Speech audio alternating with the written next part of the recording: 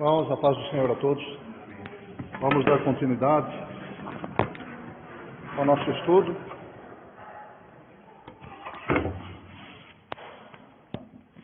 Primeira carta de Paulo aos Tessalonicenses.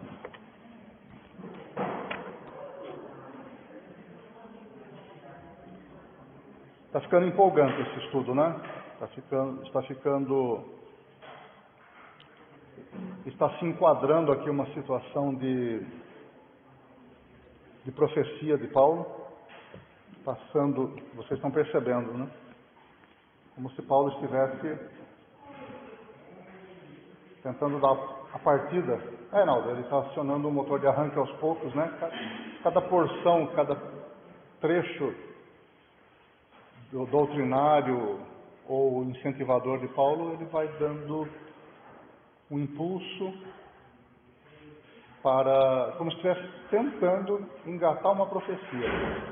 E na semana que vem, se Deus permitir, a gente entra nessa profecia sobre a volta de Jesus.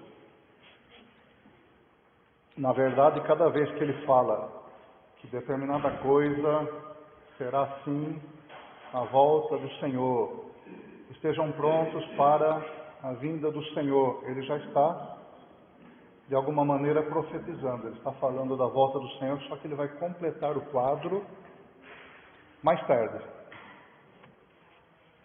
Na próxima aula, né? Vamos ter que esperar Paulo falar na próxima aula. Nós paramos o nosso estudo em capítulo 4, versículo 8, não foi?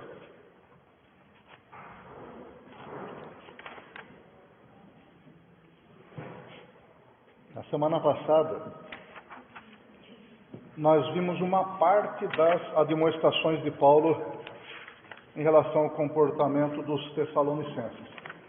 Vamos nos situar aqui, vamos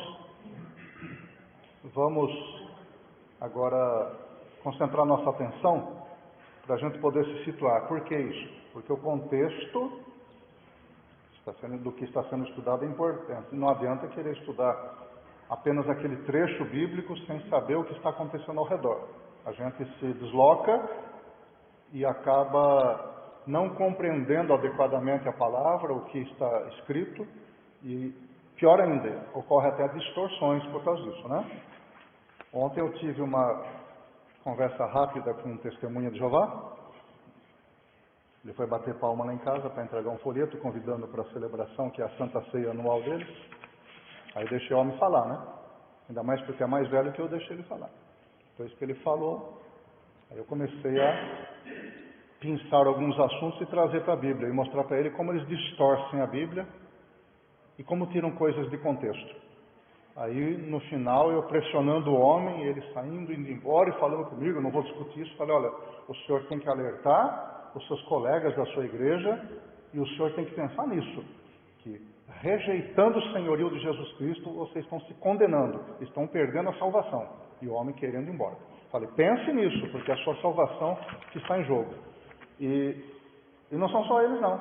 Existem evangélicos distorcendo a palavra, ou porque fazem isso propositadamente, ou porque interpretam muito mal, ou porque tiram de contexto. E, como eu tenho dito várias vezes, o contexto é muito importante. O que os crentes costumam fazer? Um trechinho da Bíblia, um pedacinho aqui, lê, graças a Deus, glória a Deus, mas não sabe de que maneira isso tem que se aplicar, qual a amplitude da aplicação disso na nossa vida. Porque coisas antes, coisas depois são importantes. Leia um livro da Bíblia, quer ler um trecho de Romanos, por exemplo. Leia o livro todo, pegue aquele livro, leia. Tire aquela semana para ler o livro. De preferência, leia esse livro todo em 2 dias no máximo. Se puder, num dia só. Leia o livro todinho. E leia sem ficar parando. Que isso, que aquilo? Não, leia todo. Depois que você formou um quadro mental, um panorama daquele livro, aí você vai pegar o primeiro capítulo e vai lendo mais devagar, vai pensando assuntos, vai marcando, vai perguntando, vai pesquisando. Porque assim você consegue formar um quadro mental apropriado. Agora, se pegar pedaços isolados, fica muito complicado mesmo. Quando Paulo diz, por exemplo, eu fiz-me de tudo para de alguma maneira alcançar alguns. É gente que distorce terrivelmente isso. Pessoas que se embriagaram numa roda de bebuns, dizendo que era para ganhar os bebuns porque Paulo fazia isso. Distorceu, porque não entendeu o contexto, não leu tudo. Precisa ler tudo. Vamos lá, capítulo 4. Nós vimos que Paulo estava exortando os irmãos a continuar investindo no seu bom comportamento. Quer dizer, não, falamos bastante disso na semana passada. Não ficar parados naquilo que já estavam praticando, já aprenderam. É prosseguir. E dissemos que isto é o cerne da santificação. Que isso é necessário. É não ficar parado. É sempre melhorar, é sempre progredir, é sempre aprender mais e sempre praticar mais. Com o objetivo de melhorar nosso caráter, nosso comportamento. Isso é santificação. E a santificação é necessária por quê? Vou falar de pelo menos 2 motivos. Primeiro, porque a Bíblia diz que sem a santificação ninguém verá o Senhor. E está falando isso para crentes. Nós temos que continuar no processo de santificação, senão nós não veremos o Senhor. Então nós temos que melhorar, progredir. E segundo, porque a santificação é a aquisição da imagem de Jesus Cristo. É a aquisição do caráter de Jesus Cristo. Então é necessário. Por quê? Porque nós somos do Senhor, somos membros do seu corpo, então nós temos que ser parecidos com Ele, cada dia mais. Porque é verdade, não é, que nós estamos muito longe ainda do que Jesus é? Não estamos muito longe? Nós somos ainda muito diferentes dele, não é verdade? Ou a gente não faz muita coisa que Jesus nunca faria, ou a gente deixa de fazer coisas que Jesus com certeza faria. Então mostra que nós estamos muito longe ainda do caráter de Jesus. Como é que a gente deve fazer? Se santificar, é continuar a melhorar, a aprender a palavra, a praticar a palavra, a buscar a face do Senhor, pedir misericórdia e corrigindo e melhorando dia após dia. Isso é santificação. E a santificação nada mais é do que adquirir a imagem do Senhor Jesus, que é a imagem de Deus. Porque Ele mesmo disse, sede santos, porque eu sou santo. Então Ele quer isso. E Paulo está insistindo nesse progresso para os crentes tessalonicenses e nós não ficarmos parados, né? E darmos continuidade a este processo.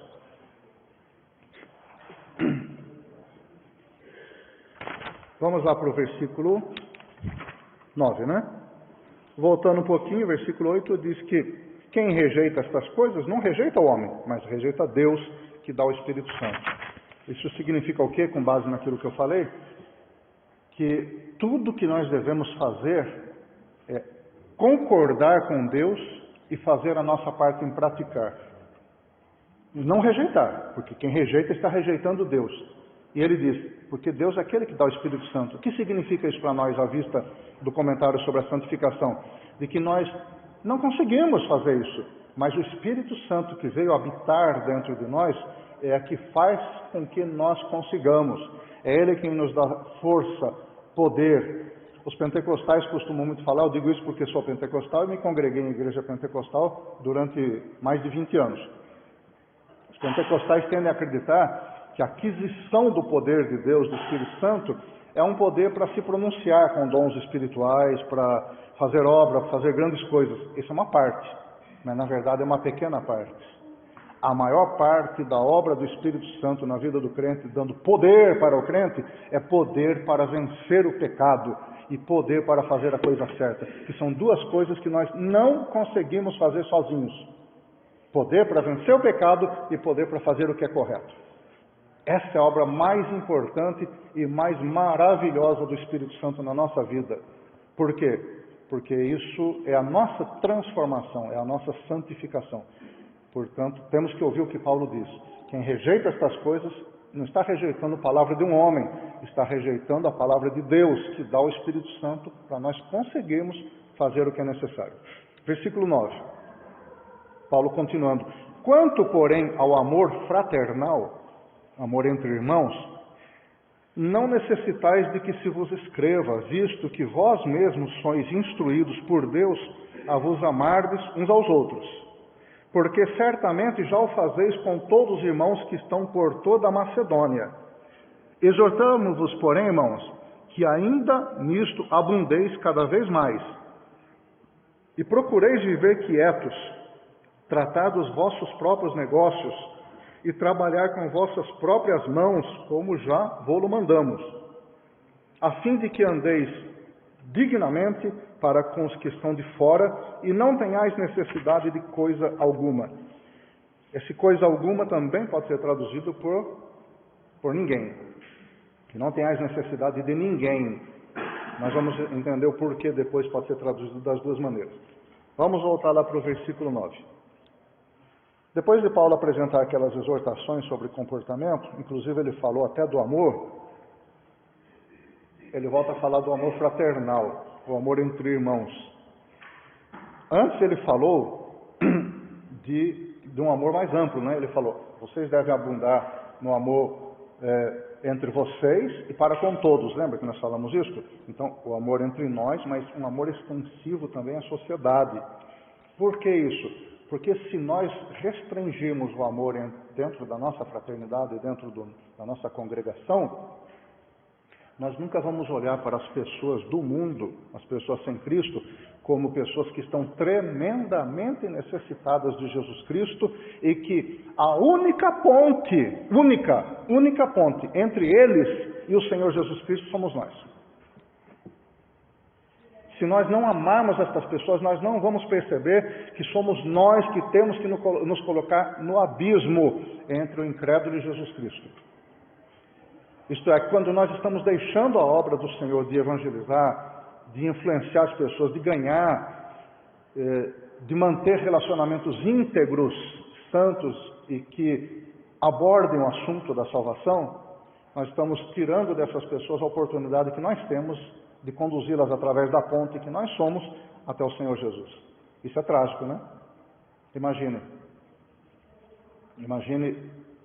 que uma pessoa incrédula esteja na circunstância que você não sabe, eu não sei, só o Espírito do Senhor sabe, está na condição de já está para cair dentro do abismo. E nós não sabemos. Já está para ser materializar a sua condenação, vamos dizer assim, morrer e pronto, e não escapar mais da condenação. E nós somos a ponte para evitar isso enquanto a pessoa está viva, e nós não sabemos, e nós deixamos de fazer. Imagine a situação. Porque nós podemos estar deixando evangelismo para a equipe de evangelismo, para o pastor, para os obreiros, para as pessoas que gostam de ir para a rua evangelizar, mas sempre há alguém que está ao nosso alcance, sempre há. É um vizinho, é um parente, é um chegado, é um amigo, é um colega de trabalho, é alguém que aparece de repente que você nunca viu, e você sente no coração que precisa falar para aquela pessoa de Jesus. Mas você não está sabendo que a pessoa vai morrer daqui a 5 minutos. Você pode ser a última esperança de uma ponte para essa pessoa ir para o céu. E você só vai perceber isso, nós só vamos perceber isso quando nós amarmos as pessoas de fora e estivermos dispostos a sacrificar nosso conforto, nossos pudores, nossa vergonha, para falar o que é necessário. Vou fazer. Por favor, fale para todo mundo ouvir. Claro, uma ponte, né, que de repente você não sabe o que aquela pessoa vai fazer daqui a pouco, né? Um caso rápido que aconteceu, eu estava no hospital do Leio lá com a minha mãe, acho que tinha feito cirurgia, não lembro. E eu passei perto da UTI e a minha porta estava aberta. E eu passei, eu vi uma mulher, uma moça, na UTI assim, toda entubada assim, e eu chamei a mulher, a enfermeira, um pouquinho. Ela falou assim, pois não. Eu falei assim, você poderia orar por essa mulher? Você me daria essa liberdade? Porque eu senti no meu coração. Ela falou, pode sim. Ela entrou, fechou as outras cortinas, as pessoas estavam também na mesma situação. Ela fechou as cortinas e falou, fica à vontade.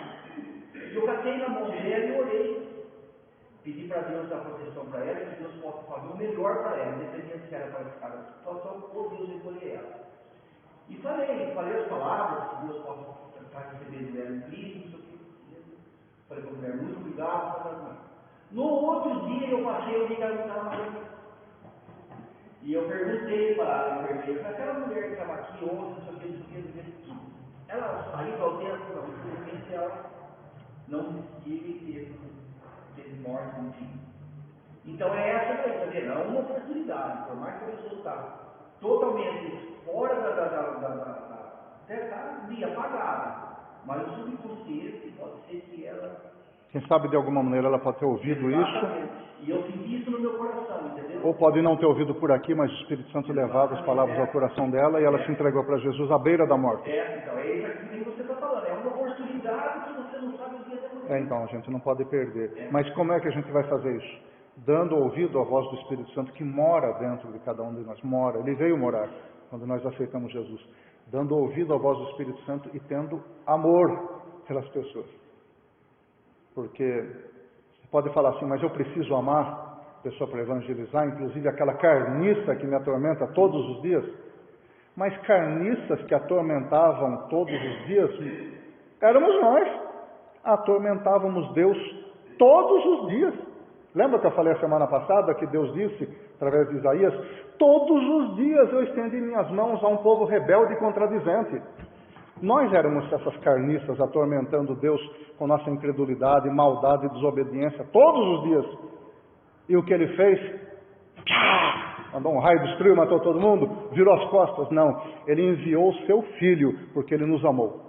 Como o pastor falou várias vezes aqui, que Deus prova o seu amor para conosco. Ele prova pelo fato dele ter enviado o seu Filho para morrer no nosso lugar. Isso é amor. Esse é o amor que Jesus requer de nós pelas pessoas de fora. Obrigado pela ilustração, meu.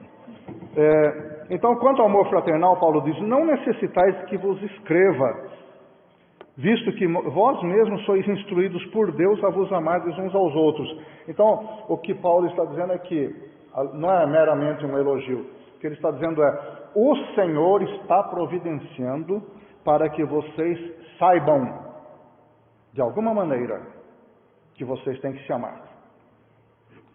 Isso aqui é meio misterioso, né?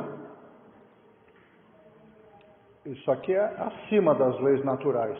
Por quê? Como é que Deus providencia isso?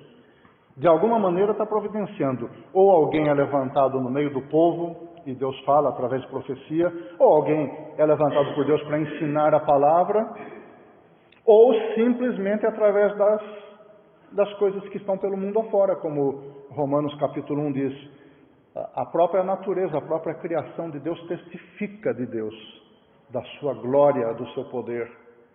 E se o incrédulo vai ser condenado porque não deu atenção para os fatos naturais que mostram a glória de Deus, imagina o crente, se o incrédulo tem o dever de ver na natureza a existência de Deus e a glória de Deus, imagina o crente.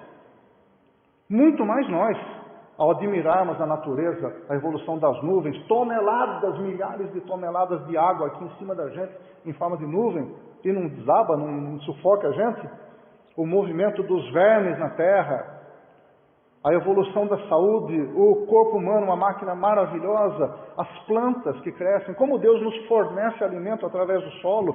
Se nós que somos crentes não nos maravilharmos com isso e não glorificarmos o nome do Senhor, os incrédulos então não têm mais responsabilidade nenhuma, mas se eles têm, muito mais nós, que conhecemos a glória de Deus. De alguma maneira então Deus está nos ensinando o amor dele. E Deus está nos ensinando, dizendo, olha, tudo isso eu fiz para proteger você. A Terra é um planeta único em todo o universo. Abriga a vida humana, abriga a vida em geral de uma forma espetacular, que outros planetas e sistemas não conseguem abrigar. Eu mandei um link para vocês aí no grupo da Escola Dominical a respeito da possibilidade de dinossauros terem estado presentes no dilúvio. Muito interessante, é um trecho de uma entrevista, mas é muito interessante. Nós somos crentes, ao ouvirmos isto, são cientistas cristãos que estão sendo entrevistados. Ao ouvirmos isso, não podemos deixar de dar glória a Deus, porque Deus está mostrando o seu amor para conosco, para com o ser humano, não é só para com o crente não. Deus está demonstrando o seu amor em tanto cuidado, tanta maneira dele cuidar de nós.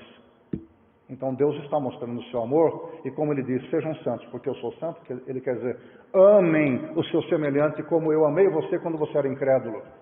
Como eu amo os que estão na incredulidade, estão sendo perdidos também. Amem também. Por quê? Versículo 10. Certamente já o fazeis para com todos os irmãos que estão por toda a Macedônia. Veja só, Tessalônica era uma cidade da Macedônia, mas havia outras, Anfípolis, havia Éfeso e outras cidades, é uma região, como se fosse um estado pequeno. E os tessalonicenses já tinham problemas suficientes para si mesmos naquela cidade. Mas o que Paulo está dizendo aqui, eles não ficaram restritos à sua congregação, não ficaram restritos ao seu bairro e nem ficaram restritos à sua cidade. Eles receberam uma mensagem de amor, de graça de Deus e não se conformaram. Eles estavam fazendo obra missionária já. Olha, em pouco tempo. Eles já estavam indo de uma parte a outra e demonstrando amor pelas pessoas e pelos irmãos que se congregavam nas outras igrejas. E Paulo mostra que os crentes da Macedônia eram pobres, uma vida muito apertada e difícil, mas eles podiam não ter dinheiro, mas eles tinham amor e boa vontade para sair fazer a obra do Senhor até em outras cidades. E naquela época não havia bicicleta, não havia motocicleta, automóvel, ônibus, nada, né? Cara, aí tinha que se virar a pé, principalmente o pobre. Quem tinha cavalo ou mula era rico. E os irmãos de Tessalônica eram pobres. Então, meus irmãos, o que esta palavra nos ensina é que quando a gente quer aquilo que Deus quer, não existe obstáculo. Deus quer. Você concorda com isso, que Deus quer isso? Só falta você querer. Porque se Deus quer e colocou as ferramentas à disposição, quando você quiser, nada vai impedir. Nada. Deus quer que você faça determinada coisa, você está ali. Quando você sente que Deus está impulsionando por amor determinadas pessoas a fazer isso, fala, eu vou. Está feita a obra. Está feito. Eu tenho um amigo que agora é pastor, foi diácono, presbítero, da mesma turma minha, né? Foi consagrado ao mesmo tempo. Agora ele é pastor da Assembleia de Deus. Ele costumava dizer assim, se Jesus mandar você fazer determinada coisa, vá, porque se não der certo, você divide a vergonha com Jesus. Claro que isso é uma brincadeira, né? Você vai dividir a honra com Jesus. Você vai dizer, não, a honra é toda do Senhor, mas você também vai ser honrado e vai se sentir honrado e será honrado pelo Senhor por ter sido obediente, por ter tido vontade, tido amor e feito isso. Os crentes de Tessalônica estavam fazendo isso. Nós vamos ver daqui a pouco que não eram todos, mas aqueles que se imbuíram da palavra do Senhor estavam fazendo e Deus estava cooperando com esse trabalho. Olha que coisa maravilhosa! E por falar em trabalho, é o que nós vamos falar mais daqui a pouco. Existe todo tipo de trabalho. O irmão é comerciante, a Natália é biomédica, eu sou militar, e nós temos ali um mecânico, uma senhora que trabalha na manutenção numa empresa, né? Uma escola. E aí, desculpe eu não sei a profissão de todo mundo, né? E o que isso tem a ver com o reino de Deus? Vamos procurar falar daqui a pouquinho, né? Hoje a aula vai ser mais extensa um pouco, né? Então daqui a pouco nós vamos procurar falar o que o trabalho secular tem a ver com o trabalho de Deus. Calma, daqui a pouquinho. Vamos dar, esse aqui é só para dar um pouquinho de gosto. Portanto, Tessalônica acabou se transformando de alguma maneira num pequeno centro de irradiação do Evangelho. E mais do que irradiação do Evangelho. Foi mais do que pregação do Evangelho. Tessalônica acabou se tornando um centro de irradiação do amor de Deus através do crente para as demais pessoas. Isso é que é maravilhoso. Ô irmão, eu não sei o que fazer, eu já conversei com o pastor, já conversei, pedi conselho, eu não sei o que fazer, irmão, eu não sei fazer nada. Você sabe amar? Você sabe, você consegue amar? Mais ou menos, ainda tem um pouco de dificuldade. Vá para os joelhos, todos os dias, mais de uma vez por dia, colocar esse seu problema grave diante de Deus e dizer que você tem dificuldade de amar. Em poucos dias você vai ver a transformação, porque se existe uma coisa que Deus ama fazer, é colocar amor no seu coração para você amar as outras pessoas. Porque a Bíblia diz que Deus é amor. A Bíblia não fala que Deus tem muito amor. A Bíblia diz que Deus é amor, é a essência de Deus, é a natureza de Deus ser amor. E Ele quer que nós sejamos também. Então é simplesmente uma transferência da essência de Deus para a sua vida. Põe o joelho no chão, com sinceridade, e diga, Deus, eu tenho raiva dos meus vizinhos. Meu Deus, eu não consigo evangelizar, eu não suporto as pessoas, eu gosto de ficar fechado. Coloque-se diante de Deus e fala assim, mas eu não quero continuar assim.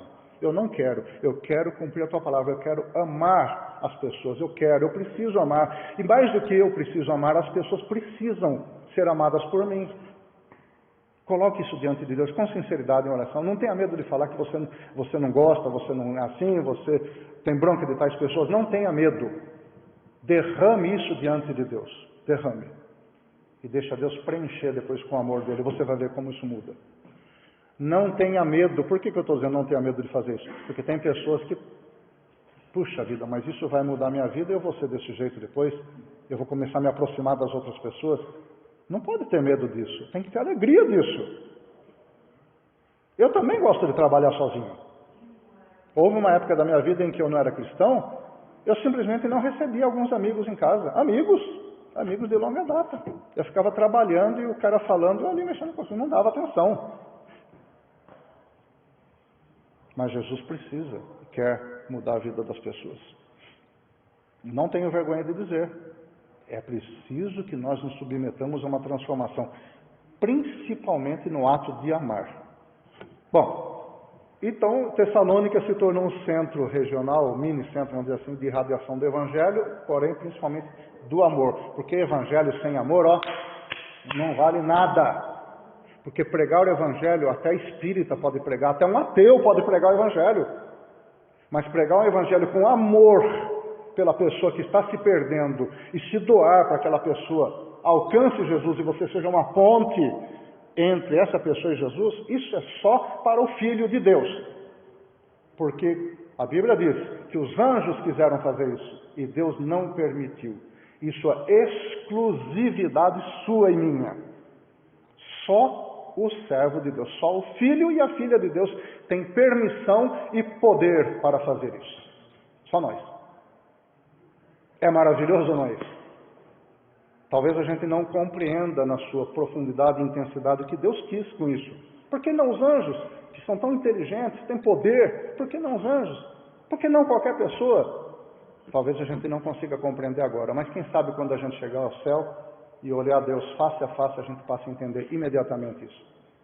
Só que aí não vai dar mais tempo, né? O terreno perdido já está perdido. O tempo passado já passou. Então vamos fazer agora, mesmo não compreendendo perfeitamente, vamos fazer isso? Versículo 11, Paulo apresenta 3 exortações bastante diretas e práticas.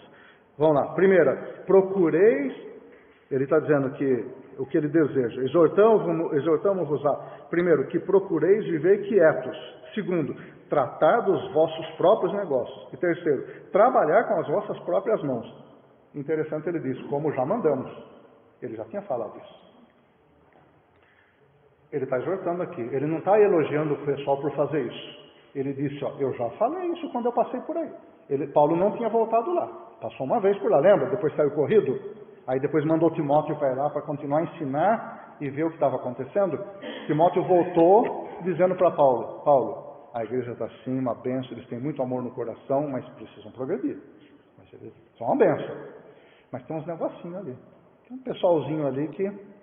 E Paulo está dizendo, mas eu já falei isso para eles. Mas Paulo, eu também falei. Aí Paulo escreve, eu já falei isso para vocês, hein? Vocês precisam viver quietos, tratar dos seus negócios e trabalhar com as próprias mãos. 3 exortações bastante práticas que têm implicações para nós também. Quando Paulo diz procureis, a palavra grega que é traduzida aqui por procureis, significa considerem uma honra. Considerai uma honra viver desta maneira. Meus irmãos, tende orgulho aqui no bom sentido, né? De satisfação de realização. Meus irmãos, tende orgulho, sintam honra em procurar viver quietos, cuidar dos próprios negócios e trabalhar com as próprias mãos. Nós sentimos isso. Nós sentimos honra nisso. Ou nós praticamos de fato isso e sentimos honra nisso. Eu cuido da minha vida, Eu não cuido da vida dos outros além do que é necessário. Eu posso até cuidar dos irmãos, mas eu não fico me intrometendo. Eu cuido dos meus próprios negócios. Eu dedico meu tempo a cuidar da minha família, a trabalhar com as minhas próprias mãos e fazer minhas coisas para sustentar minha família e cooperar na obra do Senhor e ajudar os irmãos que precisam também. Para ajudar a gente precisa conhecer, né? Se relacionar, ter alguma intimidade. Mas eu não vivo me excluindo na vida alheia. E Paulo está dizendo, esse modo de viver tem que gerar honra no interior da pessoa. Você tem que sentir prazer de viver assim. Linguagem moderna, nós devemos sentir orgulho de viver assim. Nós devemos sentir prazer e honra de viver assim. Uma coisa interna. Eu não sou intrometido, eu não sou preguiçoso, eu não vivo à toa. É mais ou menos isso que Paulo está dizendo. Nós temos essa honra, pode ter essa honra, porque isso é preceito de Deus, como Paulo falou, né? Quem quiser aceitar, aceite, porque isso vem de Deus, Paulo diz. Desculpe. O primeiro preceito, procurar viver. Desculpe, irmão. Viver quieto ou viver tranquilamente, nos leva a entender, e a segunda carta aos Tessalonicenses vai mostrar que isso é verdade, que havia um grupinho de pessoas dentro da igreja que era ociosa, e que não procurava trabalhar com a própria mão, cuidar dos próprios negócios. Mas qual era a raiz disso? Um falso ensino, gente, pelo amor de Deus.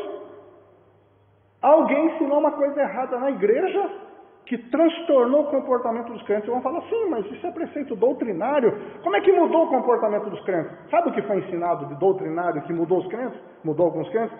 Que Jesus já tinha voltado. Ou que, alguns, né? E outros, que Jesus já estava ali a chegar, nos próximos dias. E por que isso transtornou o comportamento dos crentes? Porque alguns que já eram preguiçosos, eram ociosos, que gostavam de ficar batendo perna sem fazer nada de útil, falaram, Jesus vai voltar amanhã ou depois, para que eu vou trabalhar? Para que eu vou estudar? Quando eu era bem criancinha, e que meu irmão mais velho, tem 4 anos mais velho que eu, foi colocado na escola, uns parentes nossos daqui de Piracicaba, testemunhas de Jeová, disseram, o mundo vai acabar. Falaram pro meu pai, ô João, o mundo vai acabar. Para que essa besteira? Botar na escola. Isso foi há mais de 60 anos. O mundo pode acabar de hoje para amanhã? Pode. Jesus pode voltar hoje? Pode. Tomara que volte. E nós oramos para isso. Mas qual é a nossa obrigação? É estar dentro daquela palavra, daquela declaração solene de Jesus. Bem-aventurado o servo, que quando o Senhor voltar, o encontrar servindo. Esse servindo aqui tem vários alcances da palavra. Inclui a palavra trabalhando, exercendo a mordomia, amando, fazendo a sua parte. Digamos que o Senhor não vai fazer isso, mas digamos que o Senhor diga para mim, irmãos, hoje, meia-noite, a igreja vai ser arrebatada. Ele não vai falar isso. Ele só vai fazer, como o ladrão da noite, vem sem esperar, né? Mas digamos que ele falasse para mim, irmãos, não conte para ninguém, feche a sua boca. Meia-noite eu arrebato a igreja. O que me compete fazer?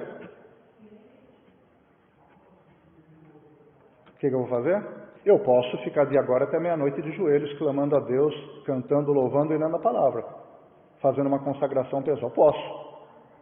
Mas e se eu pensar naquelas pessoas que ainda estão perdidas? Não, o Senhor vai voltar, eu quero que pelo menos algumas pessoas vão comigo. E se eu pensar naqueles irmãos que não estão nem muito aí para a palavra de Deus, entra por aqui, sai por aqui, fala, gente, esse irmão, essa irmã, essa gente não vai ser arrebatada. Se eu tiver amor no coração, a minha consagração vai se transformar em trabalho. Eu vou servir até o último minuto. Você vê como é que o amor muda o comportamento das pessoas? Eu tiro o foco do meu interesse, da minha glória, do meu orgulho, da minha necessidade pessoal e coloco o foco nas outras pessoas.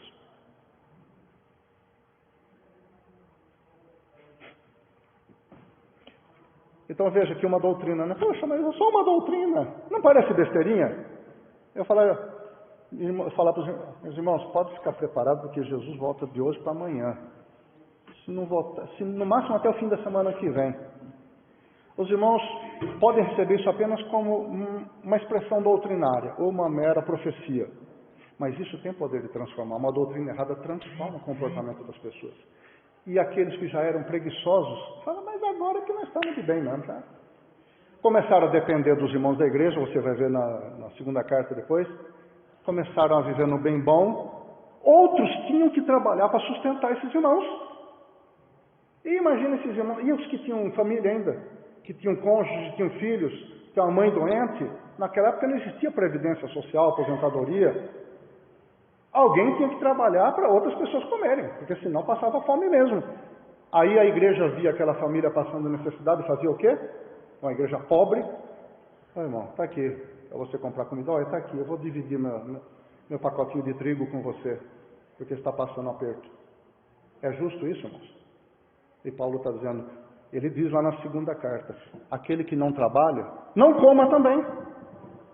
Ele está dizendo isso para crentes. Então Paulo falou uma vez quando esteve lá, mandou essa carta falando, exortando, e ele teve que escrever a segunda carta posteriormente, dizendo, olha, quem não trabalha também não coma. E ele ainda exorta os irmãos, não convivam com esse tipo de irmão. Trate como irmão, não despreze, mas não conviva com ele, não se misture com esses erros. Era para tirar de comunhão esses irmãos. Eu lembro a primeira igreja que eu dirigi lá em Fortaleza, uma Assembleia de Deus, grande, chegou a ter 400 pessoas frequentando os cultos. Tinha um serviço de assistência social muito interessante. Nós tínhamos uma boa arrecadação de alimento, de gêneros, também comprávamos, e as cestas básicas eram distribuídas mensalmente. E eu fiquei uma vez olhando a fila. Uma senhora com um cigarrão na mão, toda agarradinha, com roupa toda agarradinha. Não era típico da Assembleia de Deus, né? Eu perguntei para o responsável pela cesta básica quem era aquela pessoa, né, que estava na fila. Não, é a mãe dela que precisa. A mãe dela é membro da igreja, está doente e precisa. Falei, vamos visitar? Vamos ver se é verdade? Foram, descobriram que a filha não estava nem aí, não trabalhava mais. Vivia às custas da igreja. Foi negativo. Ela que tem que trabalhar e cuidar da mãe. A igreja vai suprir aquilo que está faltando, mas quem tem que trabalhar, ela pode suspender. Então, irmãos, e entre outras ocorrências ainda, isso não é maldade.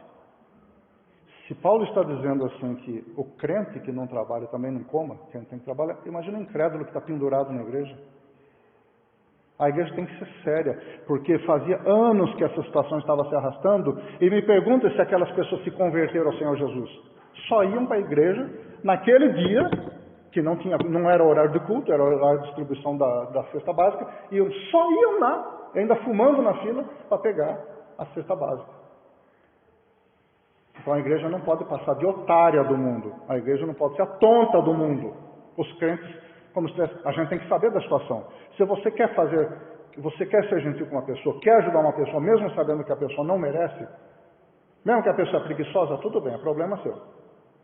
Mas mostre que você não é otário dessa pessoa, que você não é o tonto, porque senão você vai ser passado por tonto o resto da vida, vai ser considerado tonto o resto da vida e as pessoas vão aproveitar mais ainda de você.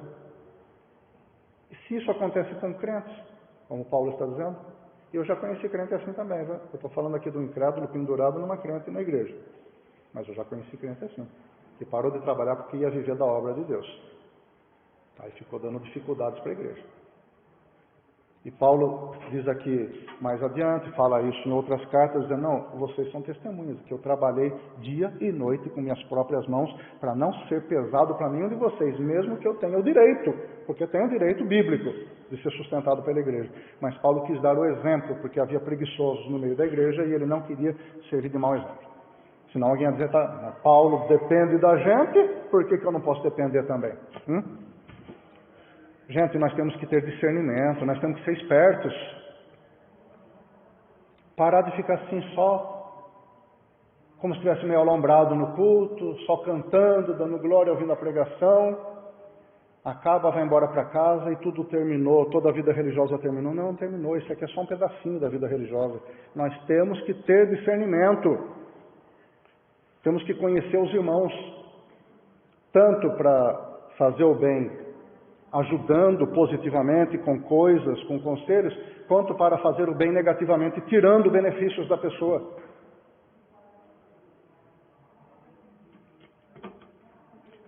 Por exemplo, tirar a pessoa da comunhão é um benefício negativo, porque é a disciplina. A gente vê isso em vários lugares da vida.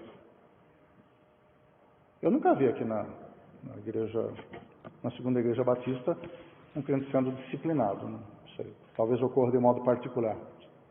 Mas a disciplina bíblica, é uma figura espiritual, é necessária. E é um benefício negativo, que a pessoa vai ser privada de alguma coisa para poder se corrigir.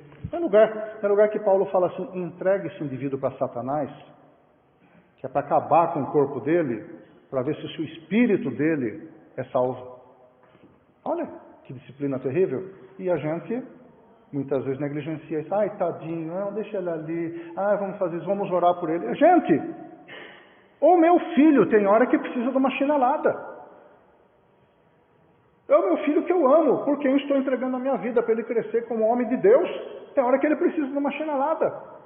Isso é um benefício negativo. Tem hora que eu boto ele de castigo. Não, a gente põe de castigo. Não, hoje você não vai assistir o seu desenho. Hoje você vai fazer isso e tal coisa. E por que nós não? Então nós temos que ser maduros nisso e ter discernimento. Que existem pessoas que são um prejuízo para a igreja. E pior, como Paulo fala depois, é uma vergonha lá fora. Porque os incrédulos estão olhando e vendo aquele preguiçoso, aquele ocioso, se metendo na vida das pessoas, não cuida nem da própria vida, fica de um lado para o outro se metendo na vida dos outros, dando palpite na vida dos outros, não faz nada de bom, nada que preste, ainda quer que eu vá para a igreja dele. Tenha paciência. Você acha que o cara vem para uma igreja dessa? Por isso que tem que ter disciplina na igreja, porque as pessoas de fora vão ver que aqui a coisa é séria. Aqui a coisa é de acordo com a palavra de Deus, que Deus é santo e quer que seu filho e sua filha sejam santos.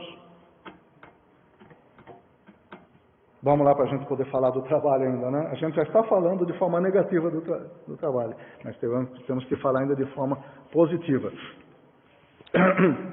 Você viu só que como uma doutrina torcida levou a um mau comportamento que faz com que se percam almas do lado de fora? Não deixe o erro propagar na igreja. Está vendo alguma coisa errada? Faça aquilo que Jesus falou. Vai conversar com a pessoa. Hermógenes, vem cá. Hermógenes, pelo amor de Deus, Hermógenes, o que é isso?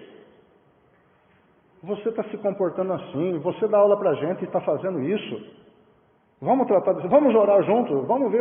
Olha o que a palavra diz, Hermógenes. Você não está obedecendo a palavra. A gente tem que fazer isso, irmãos, pelo amor de Deus, senão a nossa igreja é quem padece. E além da nossa igreja padecer, quantas pessoas ao redor que poderiam nos ouvir não vão dar ouvidos?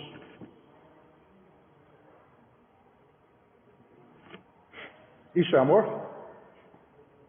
Isso é amor com as pessoas? Deixar o erro aqui dentro e as pessoas lá fora sem salvação? É amor isso? Isso não é amor. Aquele que ama, corrige. Eu amo meu filho e corrijo quando é necessário. Eu amo. Eu faço isso porque eu amo.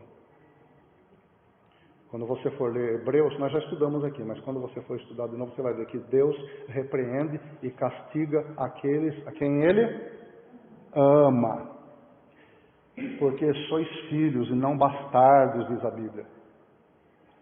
Deus nos castiga e repreende porque Ele nos ama, porque nós somos filhos dEle. Versículo 12. Paulo diz tudo isso, assim de que andeis dignamente para os que estão de fora. Essa palavra dignamente,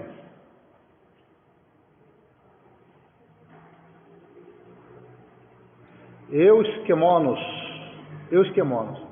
ela tem duas partículas que eu quero ressaltar aqui. Eu, ou ev, é de onde a gente vê o evangelho também, é bom, boa. Esquema, é a palavra que a gente conhece, esquema, mas só não da maneira como a gente emprega. Esquema, em grego, é a aparência externa, é aquilo que as pessoas podem ver, é esquema. Então, esquemônos, é uma boa aparência externa. Essa palavra está sendo traduzida por dignamente. Paulo está dizendo, a fim de que andeis dignamente, é o esquemonos, quer dizer, andeis com uma aparência externa agradável, boa para aqueles que são de fora, aqueles que estão nos vendo. Não é roupa, meus irmãos. Pode até incluir a roupa. Não é penteado, joia, perfume, celular novo. É aquilo que eles podem ver em nós de bom, de apreciável. Aquilo que eles podem depender de nós. Como era Jesus Cristo? Que diferença tinha Jesus Cristo fisicamente e nas roupas em relação às outras pessoas, em relação aos outros homens? Que diferença ele tinha? Não tinha diferença nenhuma. Tanto é que Jesus, quando quiseram lá em Cafarnaum pegar para matar Jesus, ele se enfiou no meio do povo e ninguém conseguiu achar mais. Porque ele não tinha aquele brilho, não tinha roupa de cores diferentes, não tinha adereços diferentes. Ele, na aparência física externa, era igual a todo mundo. Mas João, escrevendo o Evangelho, diz assim, e nós vimos a sua glória como a glória do unigênito do Pai. É isso que as pessoas têm que ver em nós. Olhar para nós não é ver a diferença na vestimenta. Não é só isso. Isso é uma coisinha só. É um pequeno negócio só. É olhar para nós e ver algo que chama a atenção do ponto de vista moral, ético. E é isso que Paulo está falando. É o nosso eu esquemonos. É olhar para nós e ver algo agradável à vista dele. Puxa, essa pessoa me impressiona. Essa pessoa é diferente. Esse homem, essa mulher, essa gente é diferente, né? Que coisa. E isso que Paulo está pedindo para os crentes de Tessalônica e para nós. E não é Paulo, ele diz, quem está pedindo isso é Deus, é o Espírito de Deus. E você, olha, que você que está me ouvindo, sabe que é verdade, porque você tem o Espírito Santo aí dentro. Pergunta para ele assim em silêncio, Senhor, o Senhor que mora dentro de mim, o que eu estou ouvindo é verdade? Pode perguntar. Ele é o maior interessado. A Bíblia diz que o Espírito Santo é aquele que testifica junto, olha que coisa gloriosa, testifica junto com o nosso espírito que nós somos filhos de Deus. É Ele quem diz para você. Eu posso até falar, a mulher pode falar para o marido e vice-versa, você é filho de Deus. Mas quem garante lá dentro que isto é verdade é o Espírito Santo. Pergunte para esse que garante que você é filho de Deus, o que eu estou ouvindo, Senhor, é verdade? Eu preciso ter algo notório para o público de fora de que eu sou teu filho? Paulo está dizendo que sim. E Paulo ainda está dizendo que foi Deus que mandou ele falar isso. Então nós temos que ter também algo diferencial para as pessoas olharem. E Paulo ainda diz, existe um ditado, um provérbio circulando no mundo que dizem que é do tempo do Júlio César, romano, né? Imperador romano. Imperador, ou eu não lembro qual título que ele tinha. Diz que Júlio César se separou de uma mulher dele que era honesta. Então por que se separou dela? Ele disse assim, atribuem a ele, né? Eu não sei, não estava lá, não posso dizer que é verdade. Atribuem a ele essa declaração, ele diz, para a mulher de César, não basta ser honesta, é preciso parecer honesta. Assim a igreja também. Não adianta nós sermos santos, nós temos que parecer santos. Não adianta sermos honestos, nós temos que parecer honestos. Nós temos que transpirar isso. Você tem boa consciência e coloca a sua cabeça no travesseiro em paz e dorme, eu sei. Tem boa consciência em Cristo, mas a Bíblia está exigindo um degrau acima agora de nós. Isso é santificação. Nós aprendemos muitas coisas nesses anos, mas agora é um visível, é um evidente, notório degrau que a Bíblia, que o Senhor está exigindo de mim e de você. Não basta mais para nós termos a cabeça tranquila para colocar no travesseiro. Nós temos que mostrar para o mundo que nós somos assim. Como eu vou fazer isso, irmão? Agora entre você e o Espírito do Senhor. Não basta você ser crente, você precisa parecer crente. Não basta você ser íntegro, você precisa parecer íntegro. Não basta você ser santo, você precisa parecer santo. Por isso que Paulo diz, esse esquemonos, desculpa, isso é grego, né? Estou falando grego e não entendo. É andar dignamente, andar de modo que as pessoas olhem para nós e vejam, realmente, isso é servo de Deus, isso é uma serva de Deus. Fica à vontade. Tem um efeito muito positivo lá na loja, porque na loja eu tenho palestra, né? Então uma palestra de manhã eu coloco a gospel aqui, tem uma pregação de 10 minutos da pessoa lá, da gospel aqui. E eu deixo ligado, e aí eu tenho minhas músicas preferidas, só música evangélica, só música de louvor. E você vê o efeito que faz, que é o dia inteiro tocando. Você vê as pessoas entrando e você vê as pessoas cantando baixinho. Aquele louvor que está tocando. Sabe? E muitas pessoas perguntam assim, onde seja você é? Eles são evangélicos, não são? E querendo ou não, tem um efeito positivo. Tem uma mulher que todo dia 11 horas ela passa na frente da loja porque tem um estacionamento encostado assim, tudo que ela deixa o carro dela ali. E ela sempre passa, ela sempre olha na loja. Eu sempre fui cuidado com ela. Um dia ela parou lá e falou assim, deixa eu perguntar uma coisa para vocês. Vocês não me reparam muito não pelo fato de ficar olhando dentro da loja, porque eu sinto que tem uma coisa positiva aqui dentro. Eu sinto que tem uma paz aqui dentro. Eu falei, mas como assim? Eu não sei explicar. Mas eu sinto algo assim bom aqui dentro da loja quando eu passo. Que beleza, hein? Então o que é? É o efeito da pessoa entrar sempre tocando louvor, a gente sempre animado, conversando, uma oportunidade de Cristo. Então, querendo ou não, a gente faz um efeito bom, mesmo que a gente não fale nada, mas o ambiente que a pessoa está acaba despertando uma curiosidade, despertando para a igreja que você está. Está vendo?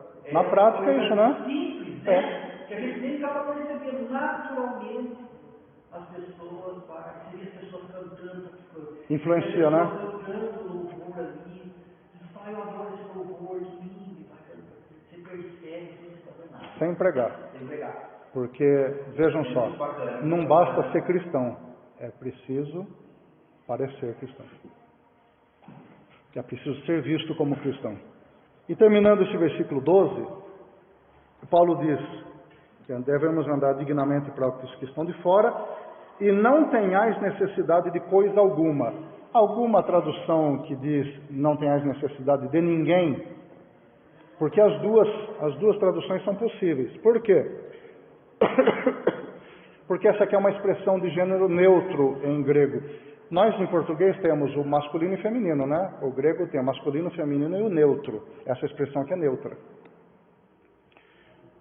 Pode ser uma expressão pessoal e pode ser uma expressão impessoal.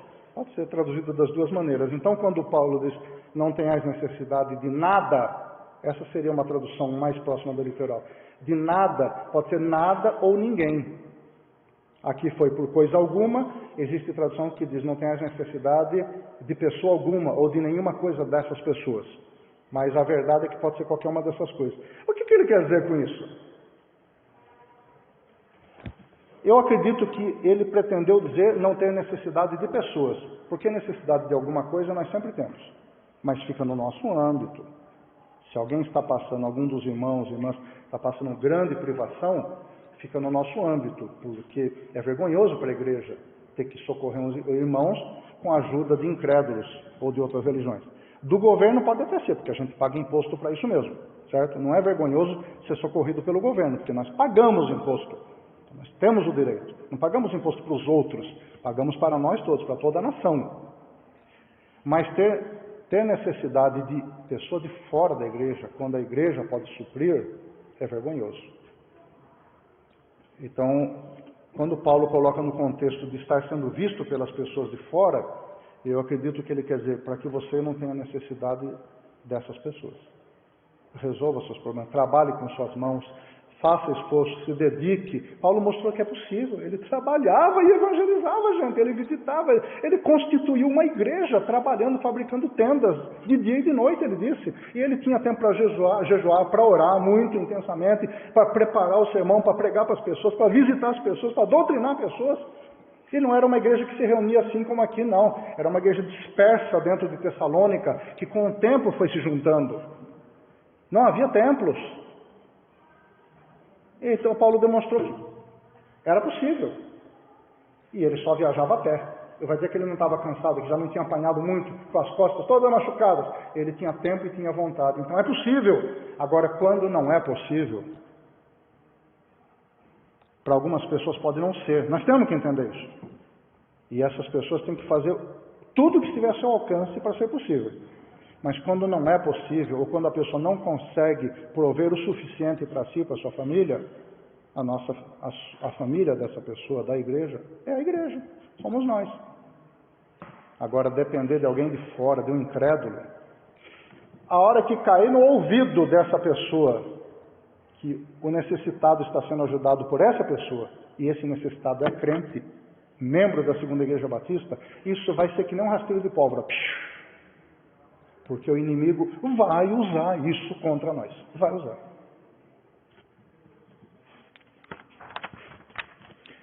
Aproveitando, 10 minutos que faltam, né? Aproveitando esses 10, hoje o pessoal foi generoso ali, né? Deu tempão de aula, viu, pra gente. É cansativo, passar de 50 minutos é cansativo, mas nós vamos falar sobre o trabalho aqui. Certo.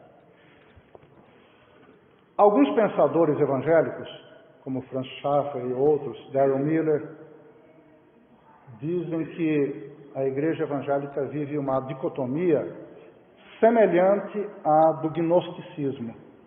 O gnosticismo tinha um conceito para o corpo e um conceito separado para o espírito.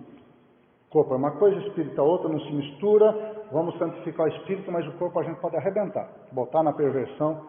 Ele diz que essa espécie de dicotomia em outra área da vida também é vivida por muitos evangélicos hoje, muitos cristãos. Em que sentido? No trabalho. O que o irmão faz como comerciante, o que eu faço como militar, qual é a sua profissão? Funcionário público. Nós estamos farinha no mesmo saco então, né? Isso é trabalho secular, não tem nada a ver com o reino de Deus. É o que muitos cristãos acreditam. O que o Naldo faz como mecânico, não vê. Igreja é uma coisa, negócio é outra. Então dizem que isso é uma espécie de gnosticismo, de dicotomia gnóstica. Uma coisa é santa, outra coisa é profana. Não, negativo. Negativo. Quando Deus colocou Adão no jardim do Éden, ele disse que era para Adão administrar o jardim, trabalhar. Até a gente estava conversando sobre Adão esses dias, ter dado os nomes para os animais, né? A gente ficou brincando, dizendo que Deus mandou Adão dar nome para os animais antes que a mulher fosse criada, né? Porque senão não ia... Nossa. Não, Adão, pelo amor de Deus, bota um nome mais bonitinho, né? É brincadeira. Mas Deus colocou Adão para administrar o jardim do Éden, trabalhar. E depois que Adão e Eva foram expulsos do jardim do Éden, fala, você vai comer agora do fruto do seu labor, do seu suor. Então o ser humano tem que trabalhar. E foi Deus quem mandou. Então o trabalho secular não é um trabalho não religioso. Eu já disse para vocês que uma vez eu estava numa loja, já não vou dar muitos detalhes para não identificar a peça, né, que fica chato. E um pastor chegou do meu lado, eu estava conversando com um amigo que trabalha na loja, comprando material ali, ele falou, irmão, ainda está trabalhando na academia? Eu falei, estou trabalhando. Vamos orar a Deus para Deus colocar o irmão na obra do Senhor, né? Falou com a pessoa errada, né? Eu falei, mas eu faço a obra do Senhor. Eu cuido de veteranos e pensionistas da aeronáutica com amor. Meu trabalho é dedicado a Deus. Eu estou fazendo a obra do Senhor, cuidando de veteranos e pensionistas. Assim como ele é comerciante do Senhor. Ele vende com santidade. Ele vende com honra, com justiça. O Naldo trabalha, ele faz o melhor possível. Se entrega o seu veículo, ele vai fazer o melhor possível. Porque ele é um servo de Deus. Ele, como funcionário público, vai fazer isso. A Natália, como citologista, biométrica, eu tantas vezes falei para ela, você está tendo a honra de servir corretamente, porque existem muitos citologistas por aí que passam uma lâmina atrás da outra e dando parecer, falando, você não. Você tem que servir a Deus com o que você está fazendo, porque tem saúde de pessoas dependendo do seu parecer. Não existe um trabalho feito em nome do Senhor, nenhum trabalho, que Deus coloque para você fazer que seja indigno perante a igreja, perante o reino de Deus. Não. Pelo contrário, você tem que santificar o seu trabalho e servir o Senhor através dele.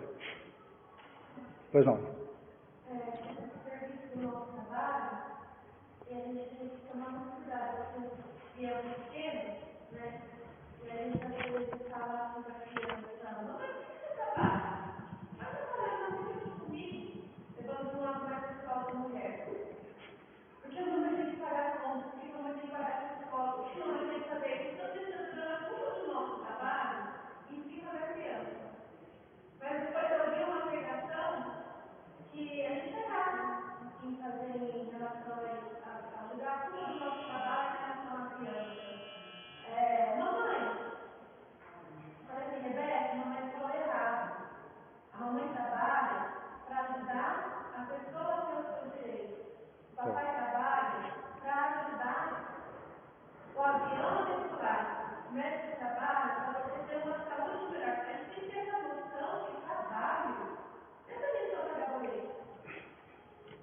Exatamente.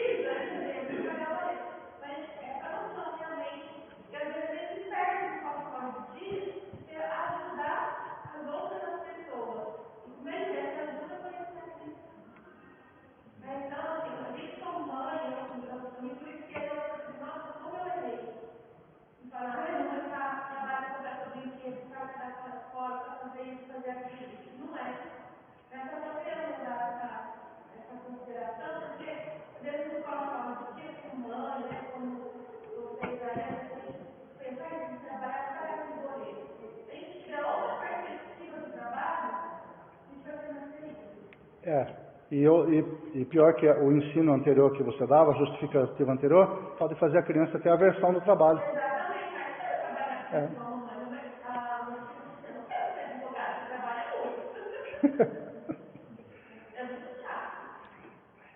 Então vejam só, irmãos, esse exemplo prático é muito bom e nós devemos santificar nosso trabalho ao Senhor, fazer o melhor possível, fazer o melhor. Tem um irmão de Ney que diz que o trabalho tem que ser feito com amor. Se você fizer o trabalho com amor, você vai procurar fazer o melhor possível. Ele é pedreiro. E pedreiro você sabe que se quiser esconder falhas e economizar dinheiro e desviar, é muito fácil. Meu pai era pedreiro. É muito fácil isso. O senhor sabe disso, né? Dá para enrolar, não dá? Daqui a um ano. Quando aparecer o resultado? Então não dá para a gente enrolar? Agora quando você faz com amor, que nem uma tia da Natália que mora em Fortaleza, Silvânia, ela faz as coisas com amor. E se ela não receber, ela está feliz do mesmo jeito. Se alguém der o calato, ela continua feliz. E não é crente. É uma pessoa requisitada. Faz o melhor possível. Ela não é profissional em área nenhuma. Ela faz tudo o que aparece. Ela passa roupa, faz faxina, faz pintura, reboca aqui, conserta negócio lá. Ela faz tudo com amor. E ela, qual é a consequência para ela? Não sendo crente, ela não passa privações, ela não tem salário. Passa os apertos naturais da vida, mas quando está prestes a entrar no sufoco, alguém aparece. Toma esse dinheiro para você, Silvânia. Toma esse negócio para você. Olha, isso aqui para você comprar o remédio que você está precisando. Porque Deus sabe cuidar das pessoas que consagram o trabalho ao Senhor. E ela não é cristã. E nós? Consagre o que você faz. Faça o melhor possível. Atualmente, eu estou, entre aspas, aposentado. Então, meu tempo é dedicado a fazer 2.000 trabalhos diferentes em casa. Inclusive lavar louça, lavar vasilha. Mas faço com amor, né? Quando a Natália chega assim, que eu arrumei tudo, fala, olha a pia, né? Brilhando. Olha as vasilhas guardadinhas, limpinhas. Vai lá na torcida do Corinthians ver se tem algum corintiano que faça isso, né? Ainda falo para ela, né? O corintiano está jogando sinuca no boteco agora, eu estou aqui lavando vasilha, está tudo arrumadinho, né? E estudar. O que eu faço isso são as tarefinhas de casa. Pouca coisa, né? E estudar. É a minha ocupação. O que eu tenho que fazer é me dedicar, inclusive, a estudar. Mas estudar para muitos não é trabalho secular, é trabalho religioso. O resto é secular, não é, meus irmãos. Consagre tudo que você faz a Deus. Você vai fazer melhor, vai fazer com amor, vai influenciar as pessoas, como a irmã disse, o irmão que falou, e com isso o reino de Deus vai ser expandido e Deus vai ser glorificado. Agora, não fique esperando dias melhores para você fazer coisas melhores, como estava acontecendo lá em Tessalônica. Não. Faça agora o seu melhor. Faça. Mas eu não vou me matar hoje não, porque meu chefe não está vendo. Pois se dedique ao extremo, mesmo que seu chefe nunca fique sabendo. Sabe por quê? Porque o seu chefe não sabe, nem o chefe dele. Nem o chefe dele, nem o chefe do chefe do chefe do chefe. Mas o chefe de todos os chefes está sabendo. O chefe de todos os chefes é Deus, Jesus Cristo. Ele está sabendo. Faça para o chefe de todos os chefes. Que você vai ter recompensa. Vai ter galardão, porque Deus promete isso. Amém, meus irmãos? Então, o próximo passo é entrar no problema doutrinário da volta de Jesus. Se Deus quiser, na próxima semana. Deus abençoe, meus irmãos.